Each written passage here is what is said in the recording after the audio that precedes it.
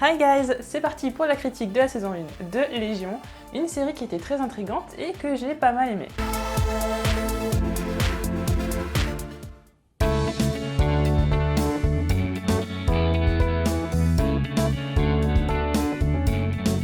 Qu'est-ce qui est réel? Qu'est-ce qui ne l'est pas? Est-ce que ce que l'on voit est vraiment ce qui se passe? Eh bien c'est toute l'essence de cette série qui part un petit peu dans tous les sens, justement, j'ai envie de dire. Donc la série a été créée par l'excellent Noah Hawley, que l'on connaît notamment pour l'excellent Fargo, encore une fois une série que je vous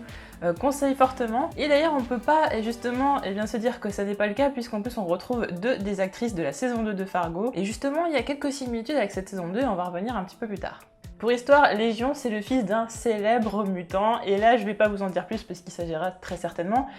d'un gros spoiler pour la saison 2. Légion, c'est un personnage aux multiples personnalités qui ont d'ailleurs chacune leur pouvoir propre. Et d'ailleurs, c'est un mutant Oméga, c'est-à-dire qu'il a des pouvoirs illimités. C'est-à-dire qu'au début, on a l'impression qu'il est juste télékinésiste, qu'il fait de la télépathie, etc. Mais au final, on apprend au fur et à mesure des épisodes qu'il a de plus en plus de pouvoirs. La saison commence très doucement et c'est au point où même limite on peut être perdu et on peut très bien carrément avoir envie d'arrêter la série. Sauf que ce qui nous fait vraiment rester dans la série, c'est ce personnage, c'est David Haller, qui est intriguant, qui est totalement incohérent, et en plus on lui découvre des pouvoirs surnaturels, ce qui ne peut que nous donner envie de creuser le personnage. La série est beaucoup imprégnée des 70s, alors ça se retrouve autant dans les meubles que dans le choix des couleurs, que dans les coupes de cheveux, que dans les vêtements, et du coup ça ne peut que me faire penser qu'à la saison 2 de Fargo, puisque la saison 2 de Fargo se passe en 1979. Donc il y a beaucoup de références à ça, et en fait on pourrait partir du principe, puisqu'à la fin de la série on comprend que certaines réalités ne sont pas ce qu'elles sont réellement, puisque David peut avoir altéré des souvenirs, c'est-à-dire que même le téléspectateur, ce qu'il voit c'est pas forcément ce qui s'est passé, et du coup l'esprit de David serait imprégné de l'esprit des 70s, ce qui peut expliquer d'ailleurs la fameuse scène de la danse dans le premier épisode, là qui est totalement décalée, totalement 70s, avec peut-être un brin de Bollywood, j'ai envie de dire. Le premier épisode nous fait croire qu'on nous pose les bases de l'histoire, les bases du scénario, c'est-à-dire David c'est le mutant, et comme les humains ont peur des mutants, les humains veulent tuer David. Alors non, au final c'est tout simplement une tactique de diversion, puisqu'au final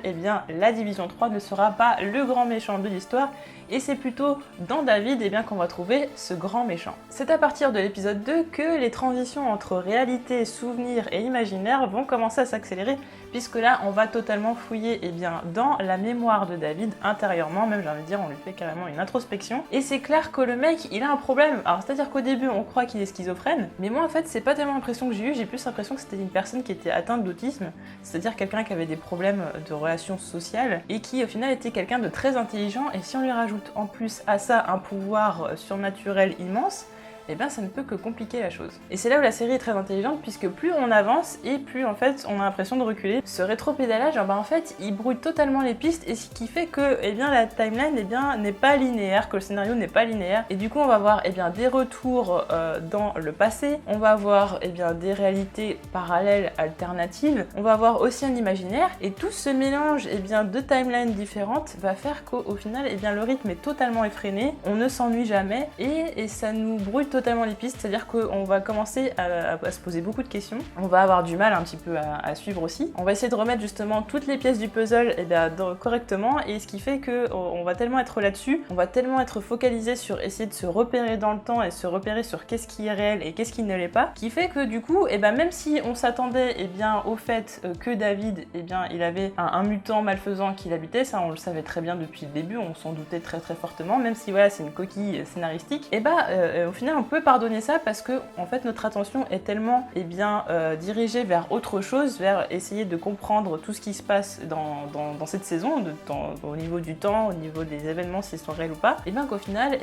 tout ça passe, c'est-à-dire que la saison on ne la voit pas passer, c'est-à-dire qu'à partir du 3e, 4e épisode, la saison va très très vite, sachant qu'en plus on a 8 épisodes donc c'est quand même court, mais du coup c'est ça que je trouve très très intéressant de cette série, c'est-à-dire qu'on a un style en plus qui est psychédélique, 70s, mélangé avec du sombre, du glauque, avec de l'enfantin, enfantin. On a beaucoup de styles mélangés, en plus à des références cinématographiques, des styles cinématographiques, pardon. Et du coup, la série est très complète et vraiment, voilà, elle déborde de créativité et je la trouve vraiment exceptionnelle. Bon, pour cette coquille scénaristique, on va pas non plus en faire des masses, puisque à côté, eh bien, d'un rythme assez freiné, entraînant et qui part complètement en live, j'ai envie de dire, eh ben, on a quand même beaucoup de références au cinéma et surtout au style de cinéma. En l'occurrence, par exemple, on va voir le cinéma muet, on va voir les comédies musicales. La pseudo-démence de David et du coup celle de Farouk, eh ben, ça va être un excellent prétexte pour utiliser différents styles et diverses situations. D'ailleurs, mention spéciale à Aubrey Plaza, qui est vraiment une actrice juste formidable, elle m'a bluffé totalement dans cette saison. Et du coup, elle incarne vraiment la méchante, une des meilleures méchantes que j'ai jamais vues dans des séries. Moi, il y a plusieurs scènes qui m'ont particulièrement marquée. En l'occurrence, la scène où Lenny est en train de danser là sur Feeling Good de Nina Simone, c'est juste extraordinaire. On dirait un petit peu aussi un espèce de générique de James Bond. Et ça a l'air d'être un clip musical tout simplement parce que c'est Hiro Mirai, j'ai envie de dire, je sais pas comment on le prononce, qui est un célèbre réalisateur de clips qui a réalisé cette séquence. Donc c'est vrai que ça donnait un côté, on rajoutait un petit peu à la comédie musicale, etc. Et je trouvais que ça donnait un côté très frais et vraiment très original à la série. Il y a la scène aussi où David est en train de dessiner son enfance, ce qui s'est passé depuis qu'il est bébé, tout ce qu'il peut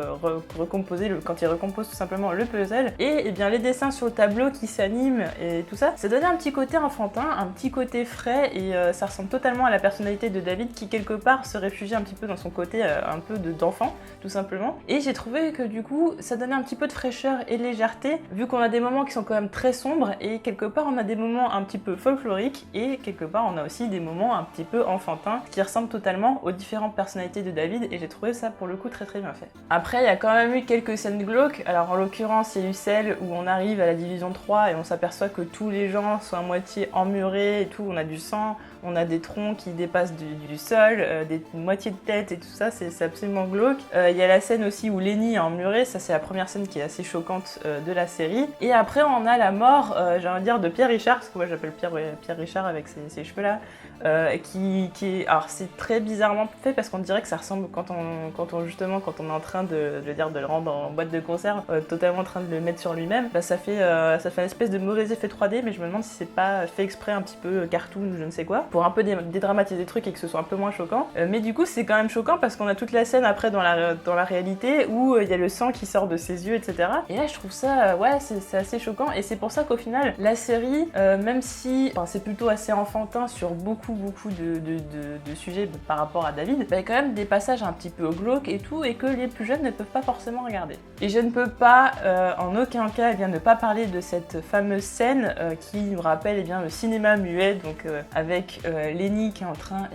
d'attaquer Sid et l'autre jeune fille, je ne sais plus son nom, la jeune asiatique. Donc là c'est toute une scène vraiment flippante, en plus dans le maquillage, le costume et tout, c'est très bien fait. Et en plus on a une ambiance sonore avec beaucoup de dissonance, ce qui fait que ça rend le truc encore plus flippant. Et d'ailleurs en parlant d'ambiance sonore, cette dissonance on l'entend tout au long de la saison, c'est-à-dire que en fait elle est tout le temps omniprésente, ça nous fait penser au fait que Farouk est tout le temps là, qu'il y a toujours quelque chose qui ne va pas et qui n'a pas été résolu. Et je trouve que du coup l'ambiance sonore colle totalement aux situations et même à l'esprit de David. Finalement si David est le personnage principal de cette série, c'est quand même un des personnages que l'on voit quand même le moins, puisqu'au final David c'est la personne dans laquelle on va essayer de fouiller tout simplement, on va fouiller dans son cerveau, dans ses souvenirs et autres. Et comme David n'est pas en mesure de comprendre ce qui lui arrive et en plus de combattre seul Farouk, il faut bien des personnages et une équipe qui va s'en occuper. Et d'ailleurs au niveau de l'équipe j'ai quand même quelques bémols à dire. Alors Sydney, même si c'est un personnage que j'aime beaucoup, alors des fois elle est très intéressante et très captivante et par moments on la trouve un peu sous lait, il y a des moments où il se passe pas grand chose dans ses expressions. Mélania c'est la chef de toute cette bande de mutants, mais on ne sait ni pourquoi, ni si elle a des pouvoirs, et en plus on n'a même pas l'impression qu'elle a un minimum d'autorité, donc on se dit en fait pourquoi elle, pourquoi ce serait pas quelqu'un d'autre. On a Pnonomi, c'est dur à dire, qui au début est un personnage qui est assez sympa, mais il est assez classe et tout, parce que le mec quand même il arrive à être à retourner dans les souvenirs des gens, et au final après il commence commence à ne plus aimer David, c'est même plus tellement cohérent et du coup il nous saoule. On a le scientifique qui néanmoins lui est quand même un des personnages les plus intéressants de cette histoire. Par contre, j'ai envie quand même de dire quelque chose, le doublage de la VF quand même est plutôt mal fait. Quant à son acolyte, asiatique, on ne sait pas trop à quoi elle sert puisqu'on sait qu'elle vit à moitié dans son corps, on sait qu'elle a des compétences pour se battre, mais en dehors de ça, à chaque fois qu'elle est dans une scène, elle sert pas à grand chose à part servir de prétexte pour des slow motion, c'est-à-dire que 9 fois sur 10 où on va avoir un slow motion, c'est à chaque fois avec elle. D'ailleurs en parlant de slow motion, il y en a quand même pas mal, et le problème c'est qu'il y en a tellement que du coup ça donne un sacré côté kitsch à la série, même si quand même le côté kitsch est quand même assumé par le côté un petit peu 70s, etc., un peu old school. Et là, du coup, ça fait un kitsch un peu trop, ça fait limite on est à la parodie parce qu'il y a tellement de slow motion, c'est pas justifiable. Pour moi, les seules scènes qui étaient vraiment justifiables, pour lesquelles on pouvait vraiment utiliser le slow motion, c'est le moment où David utilise la télékinésie, où les objets sont en train de voler de partout, ce genre de choses, ou bien quand les balles, quand il y a le ralenti sur les balles, à la limite, là voilà, là c'est intéressant, mais pour toutes les autres scènes, franchement, il n'y a pas trop d'intérêt. On pourrait parler d'Amy aussi, bon, qui fait pas partie de l'équipe, mais qui en fait le perso motivation, il y a toujours ça dans notre série. Un personnage qui va pas avoir beaucoup de dialogue ni beaucoup de présence, mais qui va être la raison pour laquelle les conflits vont avoir lieu, la personne à sauver, et encore une fois, un personnage qui va pas servir à grand chose. Alors côté méchant, j'en parle même pas, entre Pierre Richard qui nous intimide même plus depuis qu'on connaît ses problèmes de puberté, d'ailleurs qu'on aurait préféré ignorer, et l'apprenti double face qu'on verrait très bien faire une partie de pétanque à la fin avec David, on a deux méchants qui sont pas très intéressants, pas très méchants, et au final ils seraient là, ils sont là, ils sont pas là, on s'en fiche en fait. Le grand méchant de l'histoire c'est quand même Farouk qui a réussi à grignoter dans le corps de David jusqu'à quasiment enlever toutes les facettes de sa personnalité. Farouk qui en plus maintenant va sortir, est sorti du corps de David, qui donc va être un personnage encore différent et qui du coup on va pouvoir dissocier le personnage principal David du gros méchant. On va pouvoir vraiment séparer les deux et ça va être intéressant puisqu'ils vont pouvoir rentrer dans des conflits, dans des combats. En tout cas pour l'instant Farouk est parti et justement maintenant deux personnages les plus intéressants de cette saison, c'est-à-dire Lenny et Oliver. Il est parti vers le sud mais je pense que de toute façon vers le milieu de la saison 2 on devrait le revoir très vite pour récupérer le corps de David qui pour lui est très intéressant. Les épisodes 6 et 7 de cette saison étaient quand même pour moi les plus intéressants puisque là on plonge totalement dans la folie installée par Farouk. L'épisode 8 selon moi était beaucoup moins intéressant et du coup faisait d'un season finale un petit peu un peu en dessous des épisodes d'avant. C'est-à-dire qu'on nous a un petit peu redescendu notre petite hype. Là, on a vraiment deux épisodes, 6 et 7, qui étaient extrêmement bons et extrêmement, vraiment, avec beaucoup d'événements, beaucoup de choses, donc avec un rythme très effréné. Et là, le rythme retombe, surtout à cause de la Division 3, parce qu'on a déjà Farouk qui est déjà un méchant qui est très important. La Division 3, comme je disais, dans toute la saison, on en a vraiment pas besoin finalement. Et du coup, se pose le problème de savoir pourquoi ils sont là, pourquoi, même la présence là du pseudo double face, elle a pas d'intérêt, sauf qu'aussi, à la limite, à la fin, on voit que David se fait kidnapper par une espèce de boule qui forcément a été confectionnée par la Division 3, mais en dehors de ça, ils ont totalement cassé le rythme de l'épisode. Non pas que la saison aurait dû se finir à l'épisode 7, mais je pense que l'épisode 8 aurait dû totalement être dédié à David et Farouk, et que peut-être à la limite, au final, on aurait pu faire un cliffhanger avec la Division 3 qui arrive, l'enlèvement de David, on s'arrête là et à la limite là c'était intéressant. Mais là pour le coup, je vais pas être trop déçue puisqu'on a justement le départ de Farouk avec Lenny et Oliver, donc du coup ça rattrape quand même pas mal le truc. Mais un épisode quand même en deçà et espérons qu'on n'ait pas trop d'épisodes comme ça dans la saison 2. Pour conclure, c'est une série que je trouve absolument dingue, c'est-à-dire qu'elle est dingue dans tous les sens du terme. Et moi ce que j'aime beaucoup c'est que dans cette série, on essaye de retrouver toutes les références auxquelles a voulu rendre hommage Noah Hawley. Le casting est très bon, enfin du moins plutôt le casting des personnages principaux. Après, au niveau de la trame scénaristique, elle est simple et efficace, mais quand même elle est complexifiée, et ce qui fait qu'on ne s'ennuie jamais dans cette série. Le résultat ne plaira pas forcément à tout le monde, parce qu'il y a quand même eu des épisodes où le rythme était quand même très mal maîtrisé, c'est-à-dire qu'il y avait des scènes qui traînaient en longueur et qui n'étaient pas forcément intéressantes, parce qu'on voulait nous installer une ambiance, mais dans laquelle on n'adhérait pas forcément. Du coup, en effet, je peux comprendre que ça ne plaise pas à certaines personnes, mais je vous conseille quand même,